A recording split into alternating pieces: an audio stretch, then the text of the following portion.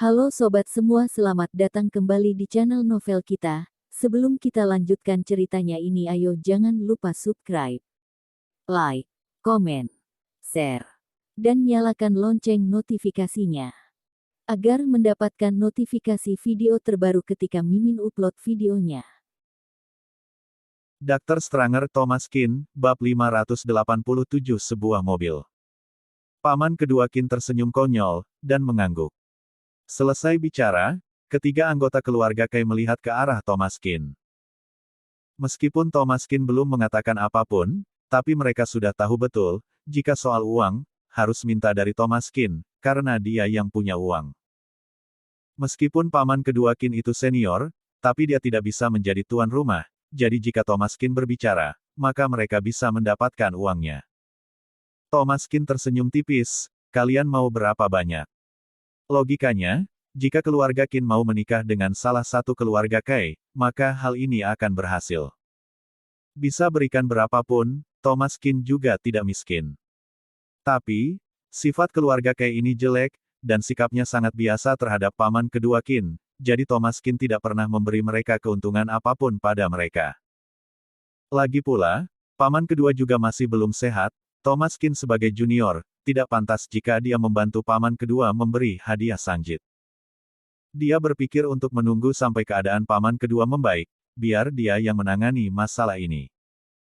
Tidak disangka, keluarga Kai begitu tidak sabar, mereka langsung datang untuk meminta uang. Jeffrey Kai berpikir sejenak, lalu berkata, 2M. Hanita Kai langsung berdiri, kamu gila. Itu sangat mahal 2M. Berlebihan sekali. Awalnya Jeffrey Kai ingin 400 juta, ingin melunasi hutangnya dulu, tapi melihat Thomas Kin sangat kaya, jadi dia menjadi serakah dan mau lebih banyak uang. Mendengar 2M, Thomas Kin tersenyum tipis, dan juga tidak mengatakan apa-apa, paman kedua yang menikah, jangankan 2M, 200M pun, dia tidak ragu-ragu. Tapi membiarkan Jeffrey Kai seenaknya saja, bukan karakter Thomas Kin. Thomas Kin memandang paman keduanya dan bertanya, paman kedua, 2M, bagaimana menurutmu? Paman kedua Kin tersenyum, baik. Melihat paman kedua tersenyum, Thomas Kin juga tersenyum. Baik, 2M, aku akan suruh orang mengambilnya. Thomas Kin memanggil pengurus rumah, akan memberinya uang tunai 2M.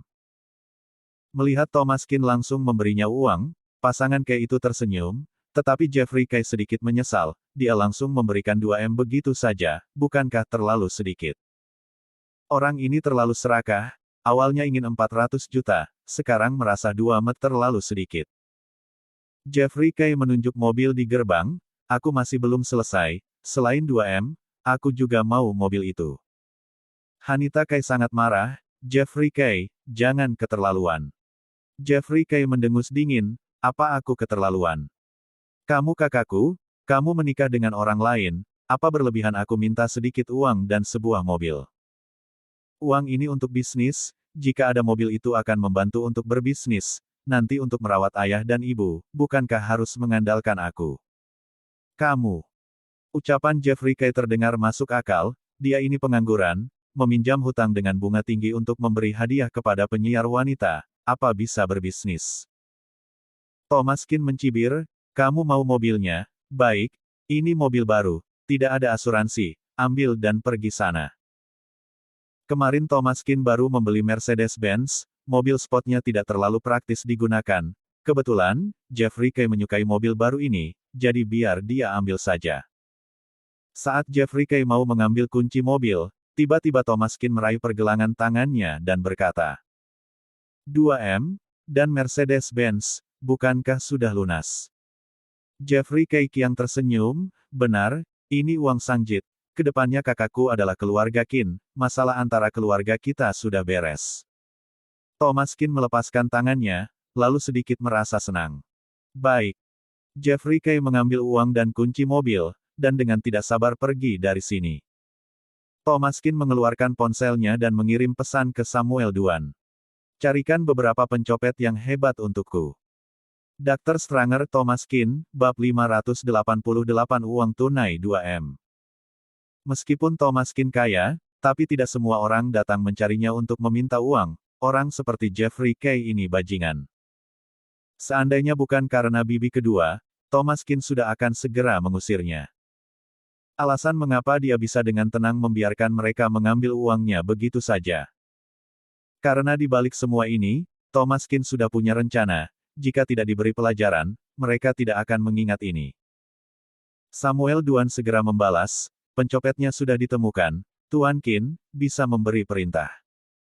Tentunya pencopet yang ditemukan Samuel Duan ini ada banyak. Tentu saja, semuanya berada di kendali Samuel Duan, mereka sudah tidak melakukan hal itu untuk waktu yang lama, jika ada permintaan, mereka baru akan bergerak.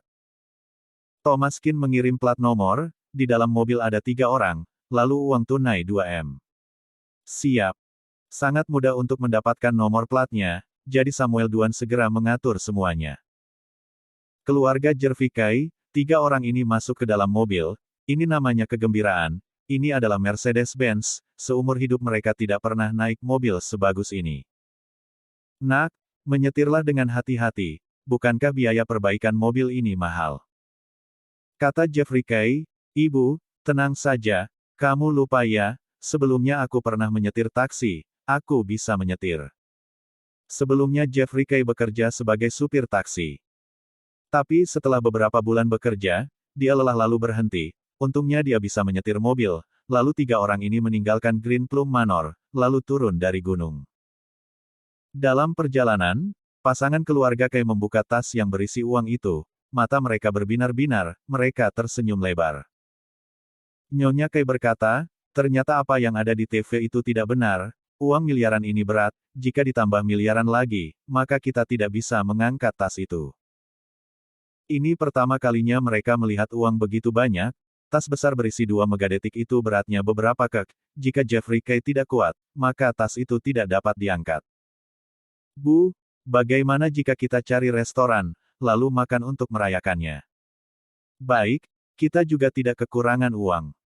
Mereka bertiga dengan senang, menemukan sebuah restoran besar, lalu memarkir mobil di gerbang. Nak, kita bawa uang ini, atau taruh di mobil. Nyonya Kay merasa sedikit khawatir, bagaimana jika kita simpan dulu di bank? Punya uang tunai sebanyak ini, selalu merasa tidak aman. Jeffrey Kay berkata, tidak masalah, Ibu, kita ambil dulu, habis makan, masih sempat untuk ditaruh di bank, di restoran sebesar ini tidak mungkin hilang, tenang saja.